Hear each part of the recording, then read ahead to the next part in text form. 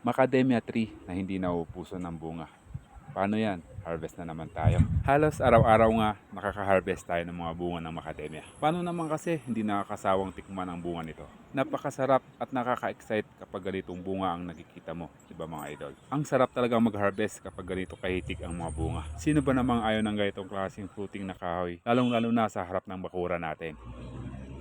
Lalo na mga idol kapag abot na abot mo lang sila.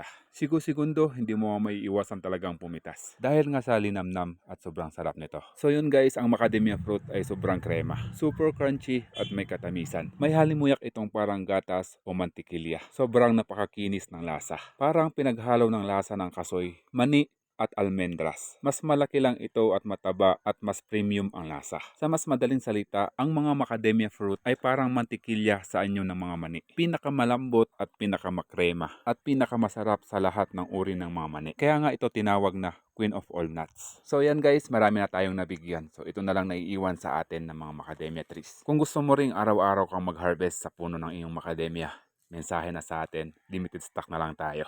Courier natin, GRS, door to door mga idol. Ayan, baka wala ka pa nito. So lahat ng nakikita mong to, ito na lang natitira sa atin. At lahat ng to mga idol, fully established na. Kulang na lang ang mensahe mo.